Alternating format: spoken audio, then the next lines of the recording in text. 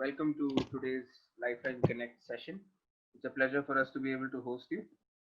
Before we begin anything further, I would like to request Pravina Sridhar to lead us in a word. Father, we thank you, Lord, for your graciousness, for today to happen, oh Father. May this evening be blessed by you mightily, and that your presence will be felt by each one of us, and you will minister to each one of us, Lord, so that this day becomes a fruitful one. We praise you and worship you, and we honor you and we glorify your name, Lord Jesus. During this evening, when many are gathered together, Lord, to learn more and more about counseling, to be counseled, to get that word, Lord Jesus, open our hearts and our minds so that we receive whatever is being taught like a sponge. We will absorb and we will also store it, Lord Jesus, and that we will use it to bless one and all who are in need, Father. Bless Dr. Vidya Sagar and all his words. Let it turn into great blessings when we listen to it, Father. We thank you and we praise you for him, for all the efforts he has taken to equip himself so that he can do great works, Lord Jesus, and bless Deborah Rise Movement mightily, and Dr. Lata Christie, who's doing great work, Lord Jesus. Bless her mightily and the entire team that come together, Lord Jesus, to put this together for a definite purpose and a clear vision, Lord Jesus. We thank you. In Jesus' mighty name we pray. Amen. Amen. Thank you, Sister Pravina. Before we move on to the talk for today, I would just like to take 2 minutes to give you an overview of what Deborah Rice Movement is and the vision and the mission the Deborah Rice Movement has. Deborah Rice Movement's vision is to be a voice for voiceless women and to encourage them in distress with the liberating message of Jesus and to empower them with the tools to bring about a holistic transformation in their lives. The mission of Deborah Rice movement can be stated as to build a network of caring Christian individuals who act proactively on behalf of the most neglected sector of women in human society, the abused, the violated, the oppressed, the neglected, and the marginalized, to help them meet their physical, emotional, social, and spiritual needs. Uh, the basis for all of the motives that Deborah Rice movement has is the Holy Scriptures. You will find the mission and vision from Mark 9:41, from 2 Timothy 2:2, and Galatians 6:2. More details about Deborah Rice movement can be found on the website of Deborah Rice, which I will be forwarding shortly. Deborah Rice movement has three main segments. We have prayer, intercession, and worship. We have the helpline number, which is available in four languages: Hindi, Tamil, Kannada, and English. And there's a toll-free number, which I will again be posting on the chat here. And if you feel free to reach out to us if you want someone who understands, someone to pray with you, someone to help you understand how to go through this coronavirus crisis. Additionally, we also have the Lifeline Connect Talk series, which is what you are a part of today. DRM has eminent speakers who are willing to give free training and exciting talks on social issues, coupled with life stories and on counseling, and provide prayer on a platform which is Lifeline Connect. It's available for both men and women and people from all religious faiths. You're welcome to invite all your friends to join us. If you're not a part of the Lifeline Connect WhatsApp group, please feel free to reach out to us on this chat and we will send you the link to join our WhatsApp group. With that being said, I would like to introduce today's speaker for Lifeline Connect, Dr. Vidya Sagar. Dr. Vidya Sagar is a clinical psychologist trained from NIMHANS. He holds a PhD in clinical psychology from NIMHANS, a postdoctoral fellowship from the University of Florida in the United States.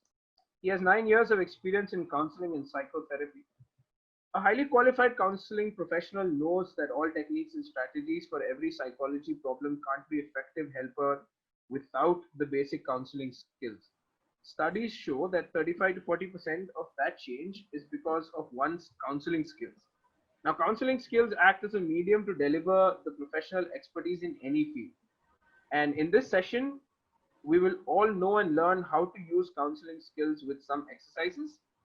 That being said, it's my pleasure to invite Dr. Vidyasagar for today's talk. Over to you. Yeah, thank you so much. Thank you so much for your kind introduction. And before I start, I would like to really appreciate the organizers and Dr. Lata Christie who started this movement. And I'm also humbled, or it's my great pleasure to be part of this initiative. And thank you for giving the opportunity to be part of this initiative. So before I start, I would like to say that it would be a continuation of what. Can you all hear me? Yes, we can hear you. We can hear you. Can Okay, you? okay, no problem. Because others are thank you. muted. Okay, thank you. So if I can see at least one or two of you, it will be great, because it's not like I'm just talking to the computer screen. So no problem. So this presentation would be a continuation of what Dr. Samson Gandhi has presented. I hope you all have, you all have seen that presentation and understood what he has presented. And this would be a continuation. This would not be a repetition.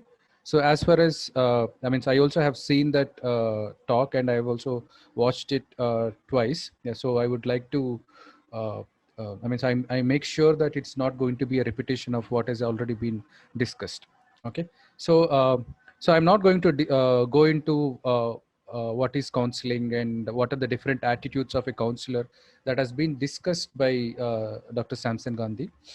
To start with, I would say what counseling is not. Before I say what counseling is not, I would say counseling, though it is a professional skill, I would say it is very important in our day-to-day interactions also. That I'm hoping that you would be appreciating that fact that counseling is important even in our day-to-day relationships. Okay, when I say counseling skills are important. So first, I would like to say what counseling is not. Counseling is not advice giving. Okay, and it is not persuasion or influencing the client or counselee, because it is against the basic principles of counseling that the the counselee is capable of dealing with himself. So you would just help the client to explore himself and help him to help himself. Yeah. So as I said, counseling is not advice giving. You don't give advices to the client saying that this you need to follow, this is the solution for your problem, but you will help the client to find the solution for his own problem, which is where we respect the client's ability to direct himself or herself. Okay. So before we go into what actually counseling skills are, I would say there are a lot of barriers before any person seeks counseling. They go through all these barriers before they meet a counselor. So it is important that we understand, at least we should know that these barriers are there, so that we respect what they are bringing into the counseling process. The barriers of counseling are, the first thing is, before they come to counseling, they would have gone to their friends, family members, they would have sought help, they would have discussed these things, but they were not helpful for them, or whatever the suggestions, advice they have given, it's not being helpful for them. So, and there are also a lot of emotions and feelings associated with seeking counseling. There could be a lot of embarrassment, pride, shame, and there can also be a lot of strongly held beliefs like, I should be able to sort this out myself. If I am asking help, that means it is the sign of weakness, that I am weak. And I could never tell anyone what I am going through. What would they think of me? So, and there is also a lot of stigma going to a psychologist or a counselor. So, when we look at these barriers, we need to understand that when they come to counseling, they have to resolve all this resistance that is involved and then come to counseling. So that means they go through a lot of process, psychological process, before they reach a counselor. So that is why we need to understand and respect what the client is bringing, and how hard it is for the client to come to a counselor. So if you had sought some help, or if you have discussed your issues with somebody, we also should know that whenever we want to discuss some secrets or some difficult things about ourselves, it is not easy to discuss those things with a person who is stranger to us. So there is a lot of resistance involved in seeking counseling. Now, what are the prerequisites of counseling? So there are a lot of prerequisites, but I'm only talking about the important ones. So the prerequisites are knowledge. When I say knowledge of psychological theories, or let's say, for example, what are the different developmental stages in a human's life? So infancy, childhood, adulthood, old age. So what are, each age or each phase has different developmental tasks, different abilities that a person needs to achieve, or different needs are associated with each of these phases. So we need to have some understanding of these developmental stages, as well as the needs of those stages. So basically, when I say knowledge, having some idea about psychological theories, principles of human behavior, and all of them.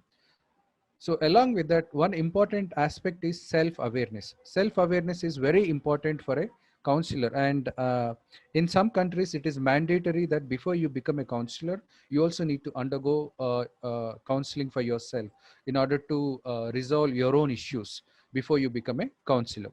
So self-awareness plays a major role in it is a major prerequisite before you become a counselor. Okay. Now then, we will discuss a little bit about self-awareness, and then we will move on to counseling process. So counseling process can be divided into three phases: exploring the problem, understanding the problem, and then resolving the problem. Okay.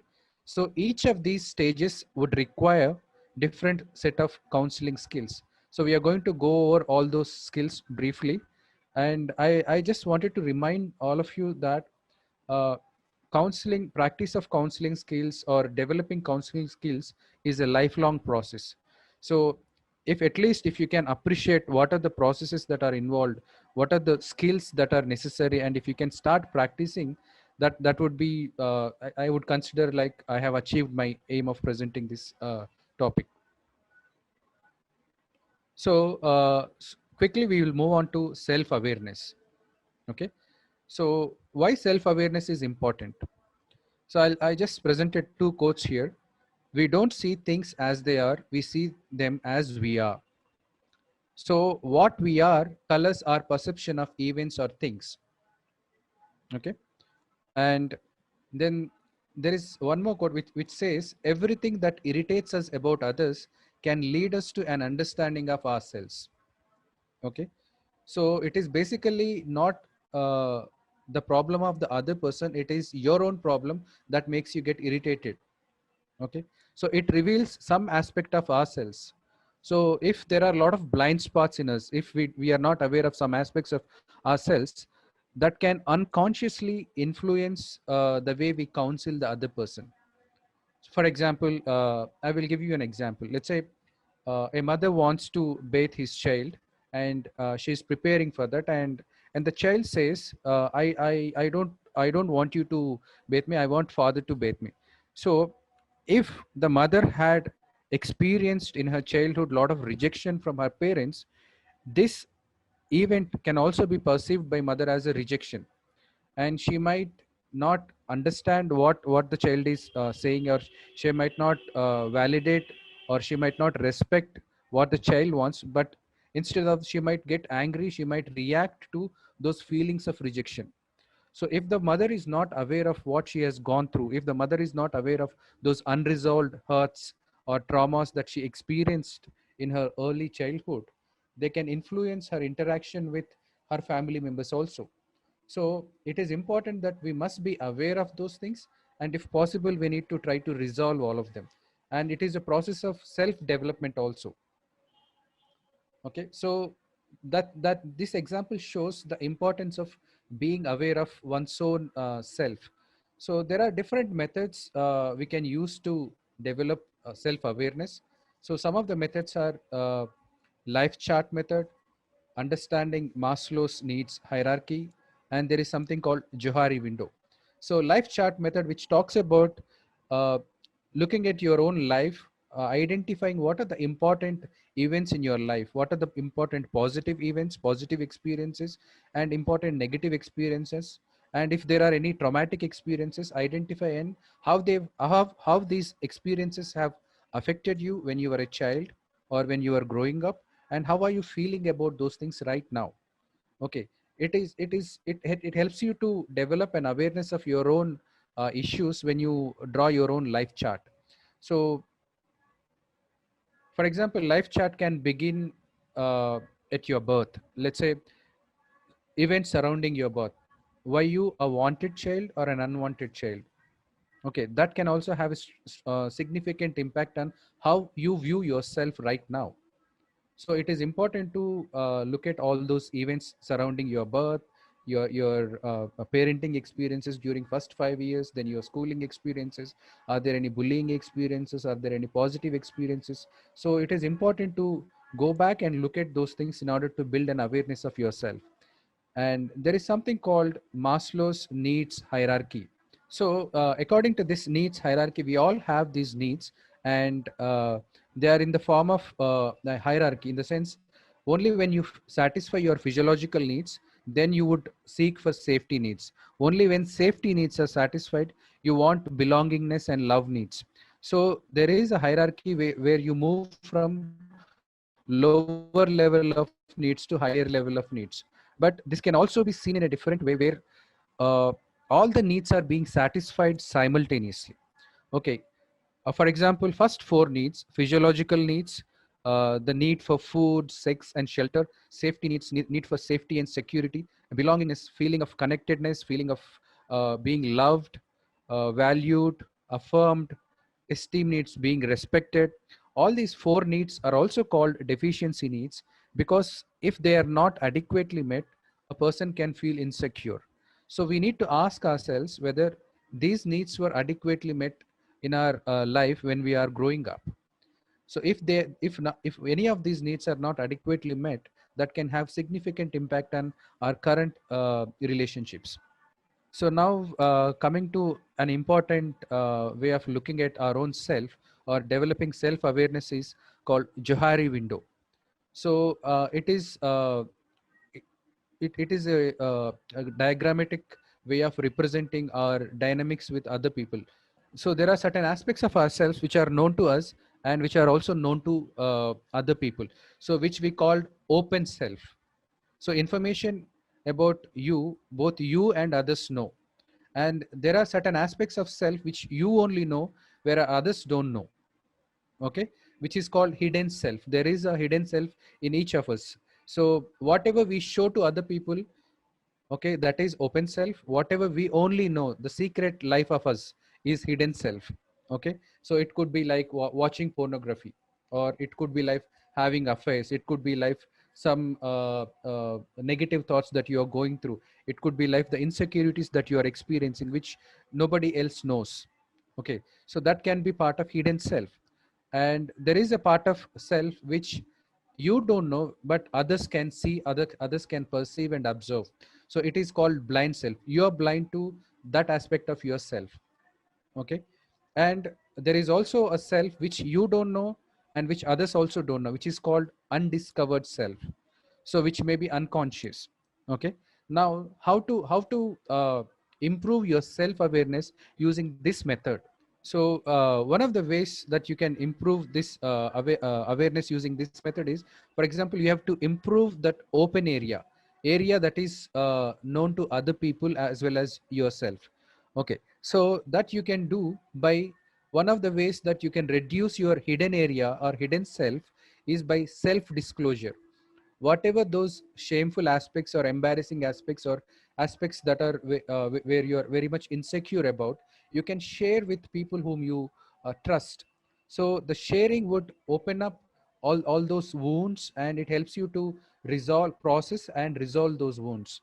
And also it increases intimacy between you and the other person. Okay.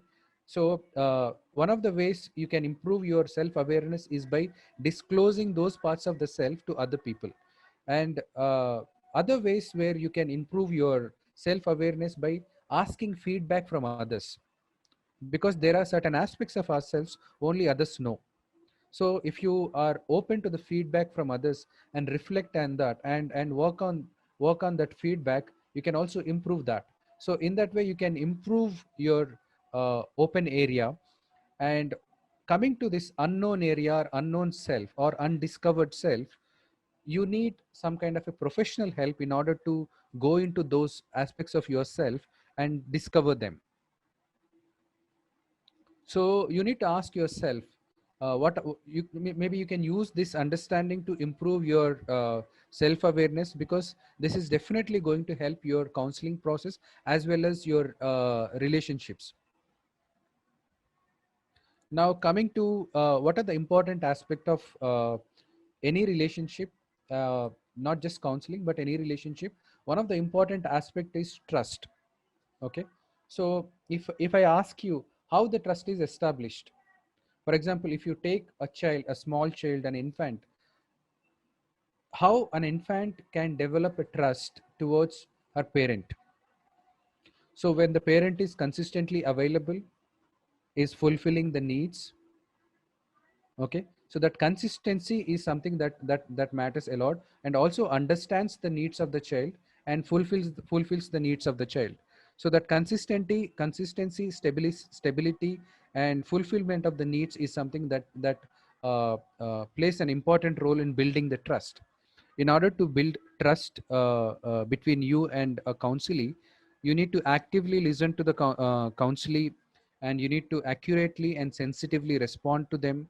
And you should be able to reflect feelings, show accurate empathy, be genuine, be honest, open, reliable, loyal and consistent. I think these are the attitudes or the things that have been discussed by Dr. Samson Gandhi. So I won't be going into these things. Okay, now coming back to actual process of counseling. The first step in counseling is exploration of the problem. So basically, exploration of the problem requires these counseling skills. Basically, it is called basic empathy, active listening and attending, paraphrasing content and reflecting feelings, using open questions, summarizing, focusing, and being concrete. So when I was being trained in these counseling skills, I used to think just reflecting, just being empathetic, does it bring change in the person without me giving suggestions? That was one of my questions. But as I kept doing or kept practicing, I understood that even the research shows, as told in the introduction, that 35 to 40% of the change in the client is because of these skills. Even if you are not professionally equipped, if you are good at these skills, that can bring about 30 to 40 35 to 40% of the change in the client. So it shows the importance of these counseling skills. Okay. So all these counseling skills are based on the understanding that client is capable of changing himself. So you are just facilitating that change. So one of the ways you facilitate that change is by using these skills. Okay. Now I think you all know what is empathy. Empathy is basically understanding clients internal world from their own perspective, from client's perspective. So not only understanding that, also also communicating that understanding back to the client. So when I say internal world, it could be thoughts, it could be feelings, or it could be even bodily sensations also. Okay. So you need to listen to all of them and accurately communicate that understanding back to the client. So I have given few examples so that we can understand. So now let's say a client is saying that I keep telling myself not to move too quickly with my girlfriend. She's so quiet. And when she does say anything, it is usually how nervous she is. It's obvious to me that when I say anything to her, she gets anxious. Then I wish I had not opened my mouth. it's like a checkmate. If I move, I push her away, and if I don't move, nothing will happen between us, and I will lose her anyway. Now, if a client is telling, let's say if these are the client's opening statements, how are you going to respond to them? So maybe you can think of your own response for a brief moment, and we are going to see what can be the possible response. So I hope you have thought about your responses. Now, before I show you what is the empathetic response to this statement, I'll show you what are the don'ts that what you should not do when somebody says these things like this. For example, you should not advise, you should not immediately jump and give solutions. You should not evaluate and blame. So you're doing wrong thing. You have to get out of this relationship, or you should not interpret that you feel like you need her and you're clinging on to her. You don't want to leave her. So all these and you should not lecture or inform. So all these things are not going to help the client. Okay, because first of all we need to understand what they are going through. Without responding to the feelings, without validating what they are going through, they will not be open to further exploration of the problem. So let's say, for example, if a child comes and tells you if a child from school comes and tells you, mummy, she's crying and telling you that other children are teasing me that I am fat, I'm looking chubby. So and she keeps crying. And if mother says you should work out very hard and you should eat you should start eating less, or you should have a proper diet, then you would reduce weight, and then they won't respond, then they won't tease you. So it won't be a appropriate response, because you are not taking into consideration the feelings of the child there. So if you are not ready to validate what the child is going through, child would not be open to your suggestions. Child would not be open to problem solving. So it is same in case of any other client also. First, you need to validate what they are going through, what they are feeling, what they are thinking. That's when they become open. That's when they feel that somebody is understanding them. So then you can move on to explorating further, and then looking for problem solving ways of solving that problem. So now coming back to response to that previous statement, first you need to look at what are the facts and feelings that you can identify in that client's statements. So if you want to have a look at it one more time, so the client is saying, I keep telling myself not to move too quickly with my girlfriend. She's so quiet. And when she does say anything, it is usually how nervous she is. It's obvious to me that when I say anything to her, she gets anxious, and I wish I had not opened my mouth. It's like a checkmate. If I move, I push her away. And if I don't move, nothing will happen between us. I lose her anyway. So basically, the emotions that you can identify are: he is anxious, there is a dilemma, he's cautious, frustrated, protective, and regretful. Okay. So how can you put that in the form of a statement? So you say that you feel both protective of your girlfriend because you want to respect her pace. Yet you also feel nervous because you're afraid that the relationship is not going anywhere. So one of the basic formula that you can use, you feel because. So when you say you feel, you can put the feeling there, and you can put the reason after because. So that's how you should respond to somebody who is experiencing. And you should not feel compelled that you should give a solution to that person. Respect the client's ability to find out their own solutions. If you think it is your responsibility to give solutions to the client, you're not counseling them, but you're advising them. Okay, so let's look at one more example. Client is saying, I'm enjoying the work and get on really well with my colleagues, but I'm struggling to keep up with the long hours. I can't sleep, keep waking up at 4:30 a.m. I have lost my appetite and I'm getting a lot of headaches. So what are the facts and feelings that you can infer from what he has said? He's enthusiastic about work, at the same time stressed, exhausted, and is crumbling. So as a counselor, you can identify these things and you can communicate these things to client. While on the one hand, you like your job and have a good relationship with your co-workers, on the other hand, you're feeling the pressure from having to put up such long hours, which is making it difficult for you to withstand and is taking a considerable toll on your overall well-being. So I hope you understood the basic empathy skill, that how you need to communicate your understanding of what the client is feeling. And one of the important principles that you need to remember is, do not reduce the intensity of the feeling of the client when you are communicating these feelings back. Okay, for example, uh, you don't say, for example, if the client is feeling anxious, you don't say you're feeling bit anxious. So you are reducing the intensity of the feeling. You can say that you are feeling extremely anxious. I mean, the client may correct you, but if you reduce it, the client would think that you are minimizing his problem. So it is important that you don't minimize what the client is feeling. Coming to active listening, okay. So one of the important aspect of accurate empathy, giving accurate empathy is, I mean, one of the prerequisite to give accurate empathy is you should be able to listen to what the client is saying actively. If you are not paying attention, if you are not present in that moment, you will not be able to understand what the client is saying. Okay. So active listening involves listening with an open mind. You're listening for a meaning, listening beyond the words, what the client is saying, to hear the client's feelings, and you're listening to the whole person, not just the problem. Okay. You're also observing the client's verbal, non-verbal signs for signs of any possible conflict, that they are saying something but they are showing something. That is what I mean by conflict. So there can be a lot of blocks to listening. So some of them can be external blocks like noise, or the heat, or whatever it is, but these are the external block. But what I want you to focus is internal blocks.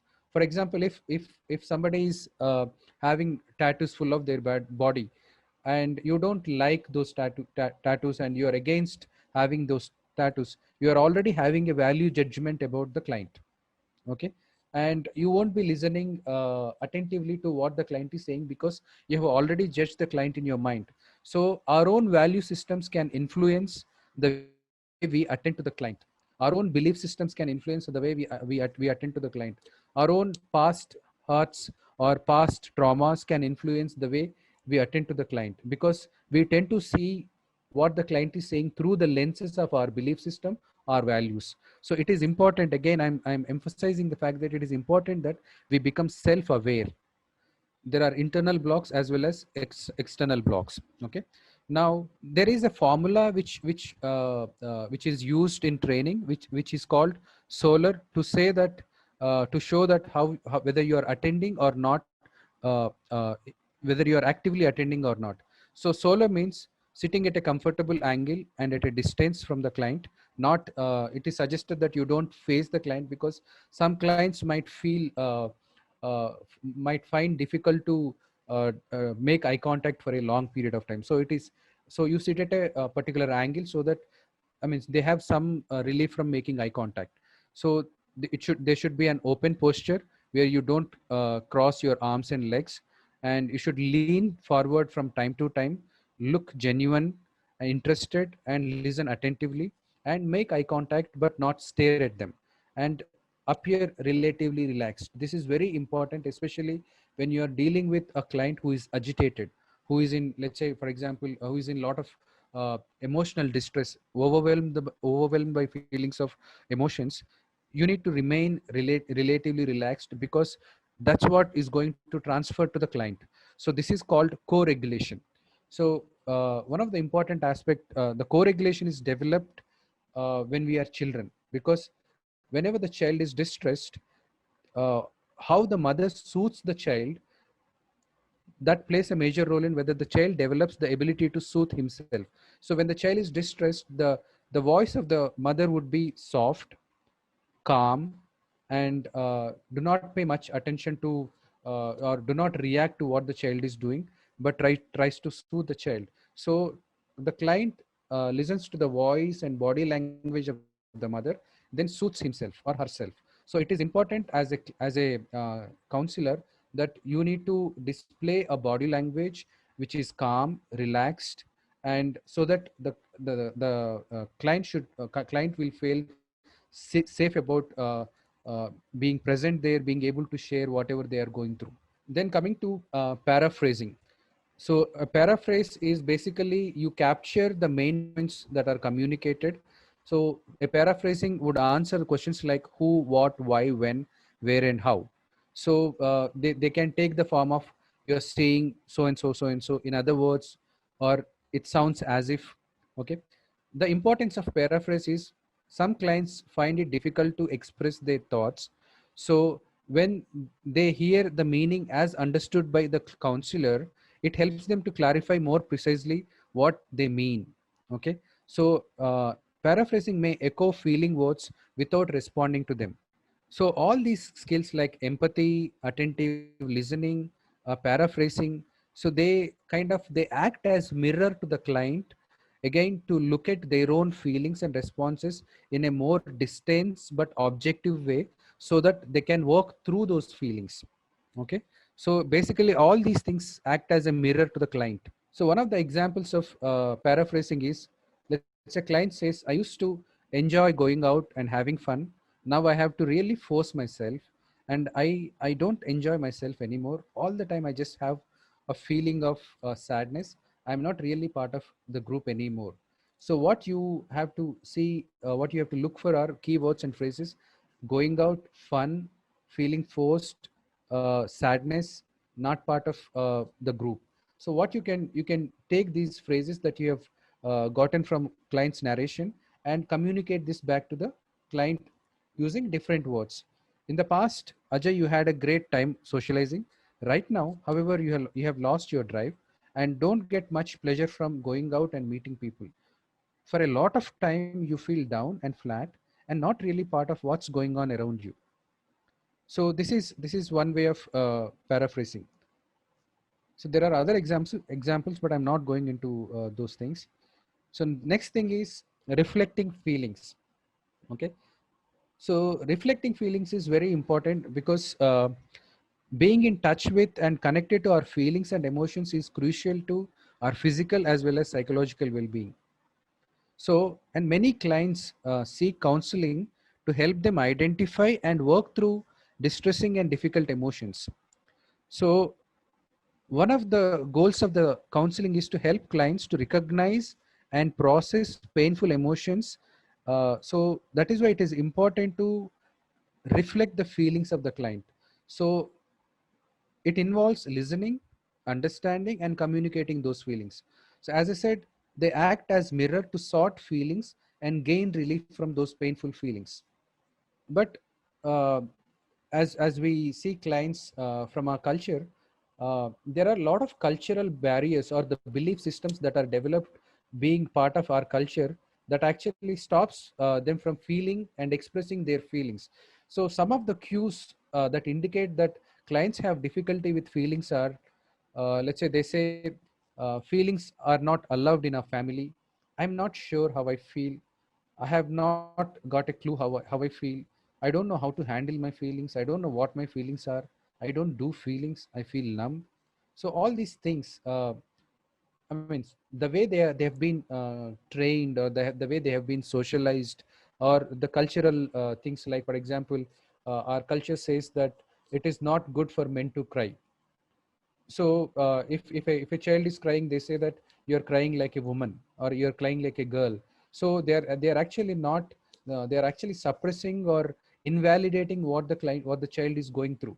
So these things can act as barriers even now when the child has become older, because all these things act as a belief system which make them suppress what they're feeling. So listen to these kind of statements to identify to which indicate that the client has difficulty with feelings. So one more example here is, a client is saying, I am 28, but I'll have to leave home soon. I'm not sure I'll cope though. Mom and dad smother me and can't see why I want to lead my own life. So here, if you see, I have to cope, smother, or own life. All these things are keywords. So you can put them together and convey or communicate the understanding to the client back, saying that, Arun, you sound confused and very uncertain that you would be doing the right thing, moving away from home.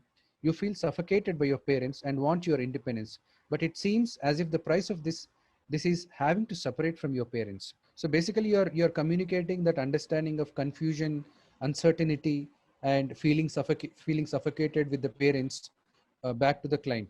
Then asking open-ended questions. It is suggested that the number of questions that you ask should be very less compared to number of empathetic statements or validating statements, reflecting statements that you make to the client. So whenever you ask questions, make sure that they are purposeful. Don't ask questions out of curiosity that you just want to know. Only if it is helpful for the client, if it helps bring out certain aspects of the client and helps them reflect on that, then only you ask questions. For example, you can say, Hari, I appreciate that this might be hard for you, but I'm wondering if you could try to put into words what situations or feelings trigger you to hurt yourself so I can attempt to understand. Please take your time. Or you can say, Danny, I'm trying to grasp what's going on for you when your anger gets the better of you. Danny, one possibility that comes to my mind is that losing your cool might be associated with feeling threatened in some way. Please tell me if I am wrong. So there is some amount of interpretation that is going on into these statements also. Then one of the other aspect is summarizing. So summarizing is basically outline. The aims of summarizing are to outline relevant facts, thoughts, feelings, and meanings, and prompt further exploration of a particular theme, close the discussion on a particular theme, help both counselor and client find direction, move the interview forward. So basically, one of the utilities of summarizing is at the end of the session, you can summarize, or you can ask the client to summarize what they have learned, or what is the takeaway message from that session. So it helps them to move forward in the session when they are coming for the next session. So summarizing helps in that way. Let's have a look at one example. So this lady is saying, I have strong religious beliefs that sex outside marriage is wrong. Anil has tried to persuade me to have sex because he would like me to have a baby. He has told me if I have a baby, he will be sure that I'm truly in love with him. But the whole idea of having a baby outside marriage is too much for me. Anil says he is not ready for marriage and settling down yet, and I would like to carry on with my career in teaching. If I do what he wants, I'm not being true to myself, and if I don't, I'll probably lose him. So what you can say to her is, Gia, you seem very confused with all that's happening in your life right now. Anil wants you to have a baby, but you're not sure about that. It's important for you to be married before you consider having a family, but Anil doesn't think the same way. For the moment, you would like to continue with your teaching career because that's important to you. You're afraid if you stick to your principles, Anil might end your relationship. So this is an example of summarizing what the client has said. So it's not just based on one statement, because I'm giving you an example. I gave one statement, but this is based on a whole session. So the other thing is focus.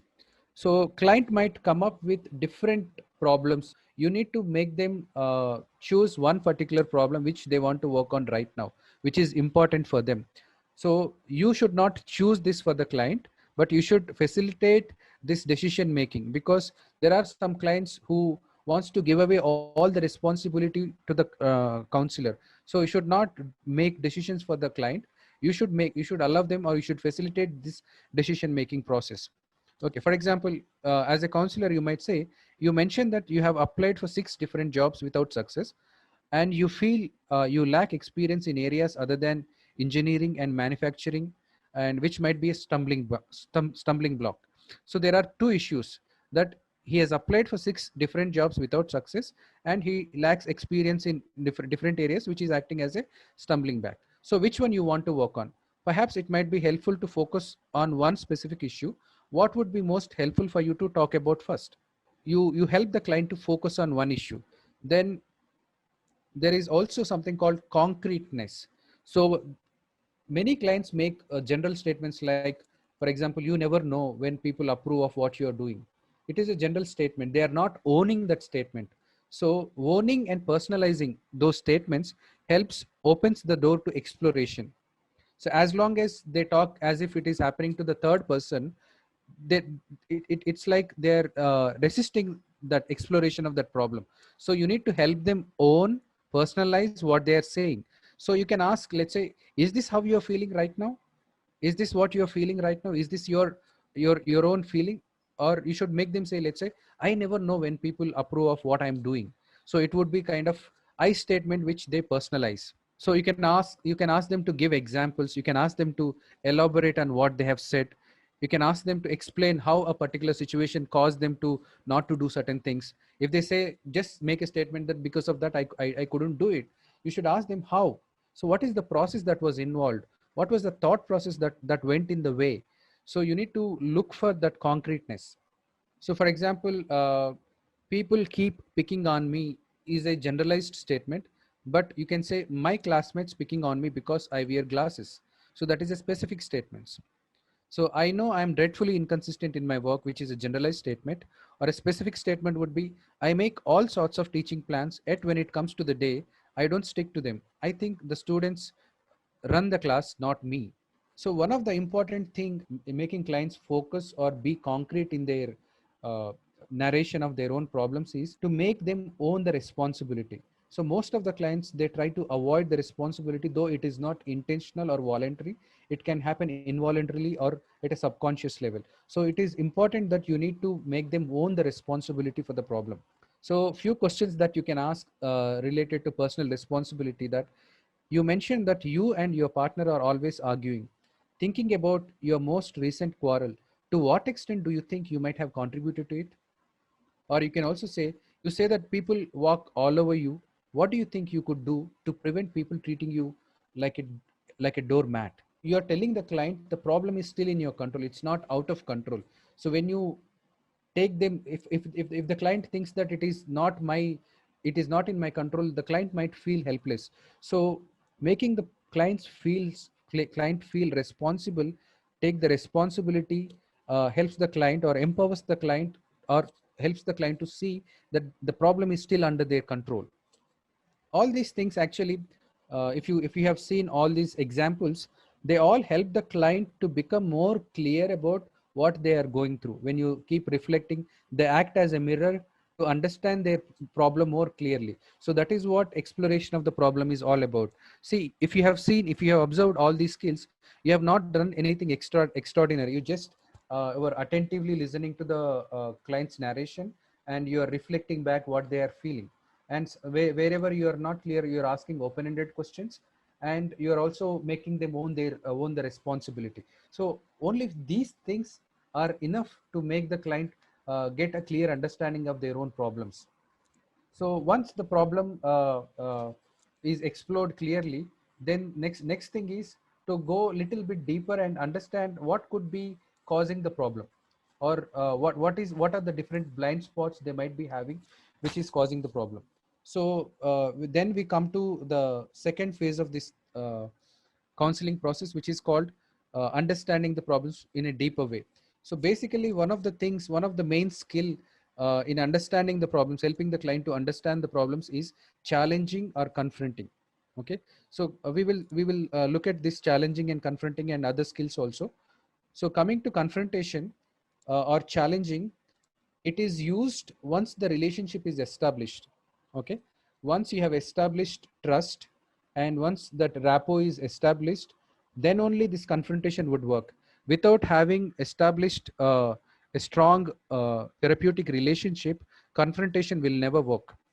And this is also true in case of our day-to-day relationships also. If you are not having a good relationship with somebody in your family, if you give a suggestion, or if you are trying to help them in some way, they are not going to receive it. They won't be open to it, because you don't have a proper relationship with them. So it is also true in case of our relationship with our children.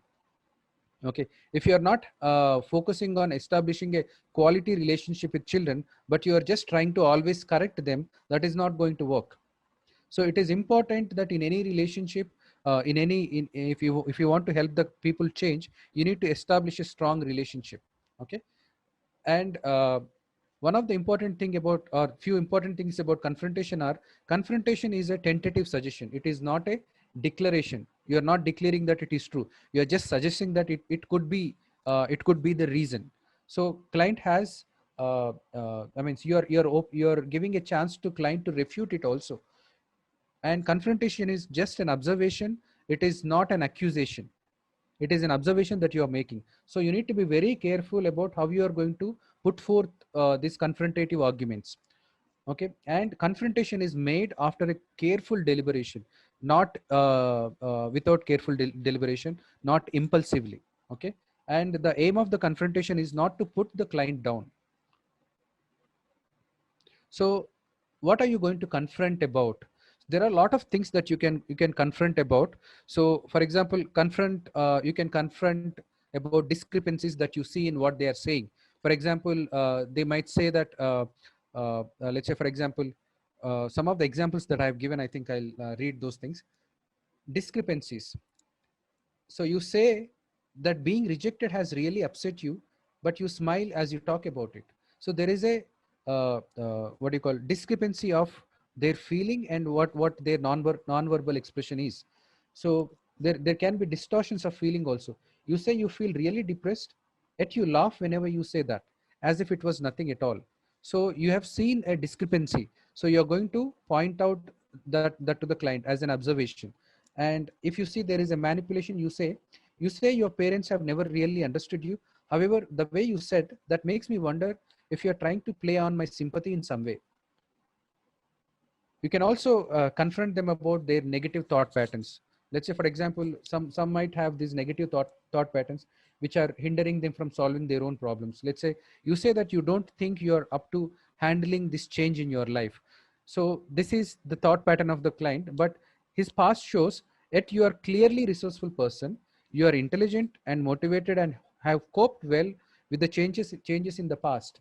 So your past reflect the reality, not what you are right now thinking. So you compare your thinking with the past and see whether your thinking is valid or not. Then are there any excuses that the people are giving? You say you believe in taking responsibility for what you do, but yet I hear you blaming your wife and daughter for everything that is wrong in your relationship with them. So he's saying that he takes responsibility, but you also see that he keeps blaming the people. So you're seeing a discrepancy. There is also a complacencies that you can confront. You say you would like a better relationship with your wife, yet for the past 6 months you have been going out almost every evening with your friends. So he's saying that this is important, but he's not working towards that. So there is again a discrepancy. So there are you can also confront them about procrastination. You can confront them about rationalization. For example, last time you admitted that you kept putting off looking for a job. Now you're saying that you could not go because the weather was wet. So he's giving a reasoning for not doing particular thing. He's rationalizing it.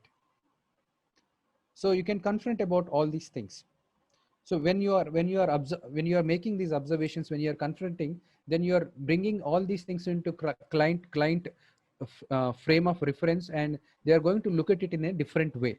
So that different perspective is going to help them change or help them move on to the next phase of solving the problem. Next thing is advanced empathy. Basically, it is also empathy, but here you're going to capture what is implied, what is not said. They might not have said it directly, but that is implied behind the words or between the words. So for example, one thing could be to challenge blind spot. I wonder if the way you laugh at serious things gives some people the permission of an attitude of not caring and of being cynical. So you have observed these things and which the client might not have noticed it. So you are pointing out at those things and giving the feedback to the client. This is this is what I observe. This is what I feel. It is tentative. So that's why you're saying, I wonder if the way you laugh at serious things gives some people the impression of an attitude of not caring and being cynical. So you're pointing out at the blind spot the client is having. Okay. And the other important skill is called immediacy. So how you are feeling at the moment when you are interacting with the client. Sometimes whatever the client is saying might make you feel irritated, might make you feel angry. So when you are as a client, as a counselor, if you want to be genuine, you need to be true to your feelings. You need to convey those feelings to the client. You cannot hide those feelings, because hiding of these feelings can create kind of resentment towards the client. So one example could be, I would like us to stop for a moment and see what is happening between us. We have talked freely so far, but now we seem to have reached a kind of stuckness, which is leaving me feeling quite tense. I wonder if you are feeling the same. So that's what you are feeling at the moment, and you are conveying that to the client. So then we move on to problem solving. So basically, problem solving involves identifying or defining the problem in an exact way, and looking for brainstorming and looking for different solutions that are possible, and choosing an alternative which is more feasible, and putting that into practice. And if that is working out, that is good. If that is not working out, you move on to the next alternative. So you do along with, this is a collaborative process. This is not something you do by yourself and you suggest to the client. So you help the client come up with the alternative, you help the client clarify the problem, you help the client brainstorm, and then decide on the goals that he wants to work on. So one of the important thing that we do in problem solving is called force field analysis.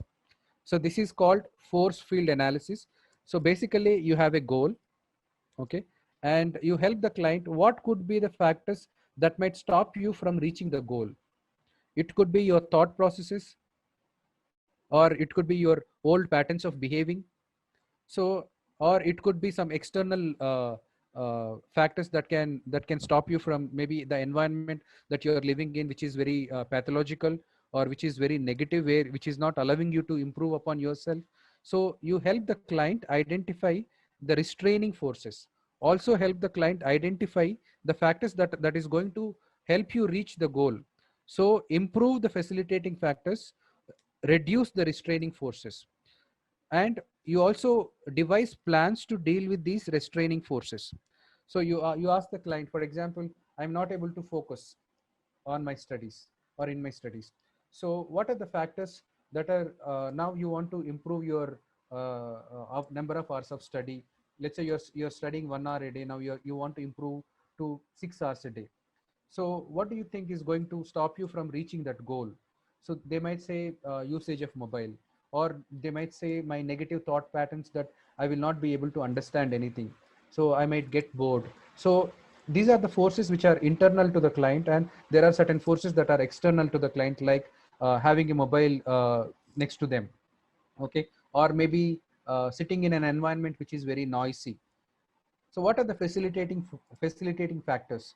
So maybe telling other person, or being asking the other person to be accountable towards, or maybe making other person ask him whether he is doing or not, being accountable to other person, or maybe sitting with other person, uh, take help from other person to study, because when the other person is present, you might feel more motivated to study. So look for factors. I'm just hypothesizing, just now thinking what could be the facilitating forces. So you need to sit with the clients and identify what are the restraining forces, what are the facilitating forces. So try to improve or increase the number of facilitating forces and reduce the restraining forces, so that they can reach goal adequately. So this is how you move on to the problem solving. So as we have seen initially, to start with, exploration of the problem, then understanding of the problem. Once the understanding is developed, then you move on to goal setting and problem solving. So that's how briefly you move from initial stages to the final stage. And the last stage would be the termination phase. So you prepare the client for the termination, and even before, let's say 2 sessions before the termination, you say that after 2 sessions we are going to end our this therapeutic relationship. And you can also tell them that maybe after 2 or 3 months you can come back and come for booster sessions, so that they won't feel abandoned. So there is a tendency, because after you have developed a strong therapeutic relationship, if you're suddenly terminating, they might feel rejected, they might feel abandoned. So it is very important that you prepare the clients beforehand for the termination, so that they have enough time to mentally prepare themselves, and also give options that after 2 or 3 months they can again come back and maybe discuss few improvements or any difficulties that they are going through. So slowly you make them separated from you. So that's how you end a counseling process. Thank you so much, Dr. Vidyasagar. It's such a great pleasure to have you here, and we are so privileged. Let's pray. Precious Heavenly Father, we come to you through your Son, Jesus Christ. And Father, As we give Dr. Vidyasagar into your hands, Lord Jesus, fill him with your presence, anoint him, and Lord, let him be used more and more for your glory. And Lord, as we listen to his talk, let each and every one of us become empathetic counselors and listeners to the people who come to us. And Lord, it's possible only by your Spirit, and lead us by your Spirit. Thank you once again for everyone who are here. Bless everyone who have listened here. Let none of them go back empty handed. Bless Lord Jesus. Once again, we give this time into your hands. In the name of Jesus, we pray. Amen. Amen. Somebody is asking here, as a counselor, how often does a counselor go for counseling as life takes us through challenges? Yeah, so I would say, as I said, I mean, it's not practiced in our country, but in Western countries, before you become a counselor or psychotherapist, it is necessary that at least you will go for a 6 months of counseling yourself in order to deal with your own blind spots. Okay, but I would say that is not enough, because as you move on in your life, you might face with new challenges, new problems. So you may have to keep improving yourself, keep exploring yourself, and you may need to take professional help also sometimes. Doctor, there's another question from Bharat. It says, is it good idea to take notes while counseling? Will it distract the process or free flow? So if there is lot of information that you need to write down, so you can inform the client saying that I'm going to make few notes, so that they don't feel awkward, and they don't feel that you're not listening to them. But I would advise that you minimize taking notes. You can take notes, but it should be minimum. You should practice remembering what they're saying if you pay attention. And what we usually do is, in our training process, we write notes after each of our sessions. So whatever we have discussed, whatever we said, whatever was the response of the counselee, we write everything, so that it also helps us reflect back whatever we have done correctly, whatever we have done incorrectly, and helps us to again correct ourselves. I think in this context, I would say none of the counselors or psychotherapists, they are perfect. Okay, we do make mistakes, and we should be genuine and honest enough to what do you call admit to our mistakes and ready to change that. Yeah, there's another question. As a teacher, how should I counsel my students during the exam season? See, it is, as I said, counseling is a process, right? First you listen to them. The first step is to build that relationship, listen to them, what they are going through, help them explore the problem, then slowly move on to helping them see what are the blind spots and discrepancies, and then slowly move on to goal setting. I would say this is the process that can be followed across any situation. From a client side, if you feel that a counselor is being manipulated by a partner, how to deal with that in a marriage counseling, and is it advisable to give suggestions to your counselor? So this is the context of couple counseling.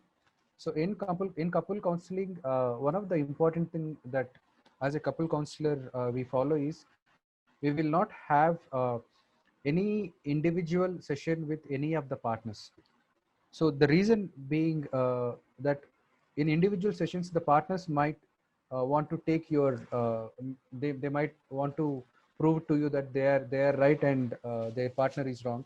They want you to side with them. So this is not going to help. So we will not also encourage or entertain any uh, individual communication apart from the counseling session. Okay, so we don't allow any email communication or any phone communication outside the session. So because that can hamper the neutrality, objectivity in the session. And we give there are certain things like we give equal time to the each of those clients. And there is nothing that is, if let's say for example, even if we have to take an individual session with one of the partners, the partner might say, I'm going to discuss certain things with you which I want you to keep it as a secret. Then I would ask the partner saying that, what is the reason for discussing these things with me if I cannot use them as part of the session? So that means the client is trying to gain my sympathy by sharing those things, so that I can side with the client. Okay, So we don't allow those kind of communications. We try to be as neutral as possible. Doctor, there's one more question. How does a counselor deal with issues that Yeah, yeah. conflict with religious sentiments?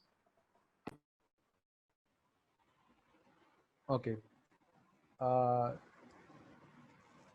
so one of the things, I think one of the examples that I have given was one lady talking about having strong religious beliefs about having premarital sex. Okay, let's say for example, if you are a person with strong religious beliefs about you also support with that view, you might say to the client that I think this relationship is very pathological. You have to leave that partner. So that is kind of you're giving advice to the client. You're not respecting the choice of the client, no? And you're also you're forcing your value system on the client. You're not respecting client's free will. See, I would say even in I mean, according to the Christian religion, so one thing that God has given us is free will. He never violates our free will. I think all of you agree. So he never violates our free will. So I would say that is you should follow the same thing even in your counseling also. You should facilitate decision making process, but you should not make decisions for them. You should not force your values upon them. What is the most important time for a person to go for counseling? Is it only during bad times or even at good times? So there is a question, when is the most important time for a person to go for counseling? Is it only during bad times or even at good times? So now counseling is sought usually when they are going through some bad times, but people also seek counseling in order to develop themselves. So not only when they are having bad times, but even when they are good, they want to improve upon themselves. So now it can be called coaching also. Coaching is a form of counseling. So I'm reading this question. I am a family medicine physician. How much counseling should I be doing? Uh, it's a good question, but a difficult question. I would say being aware of counseling skills would help in any interpersonal relationship. So if you use these counseling skills, I would say you would be a better family medicine physician. If you are being empathetic to your clients, if you are attentively listening to them, if you are paraphrasing, summarizing, so trying to help them identify blind spots and help them set goals. So all of them would help uh, I mean improve your practice. One of my professor used to say that the counseling can be used as a tool for social change. He has written a book called Counseling as a Tool for Social Change. I think some of you must be knowing he's Dr. Prashantham BJ. He is the director of Christian Counseling Center in Vellore. Thank you, Dr. Sagar, for this wonderful session. It was a pleasure for us to be able to host you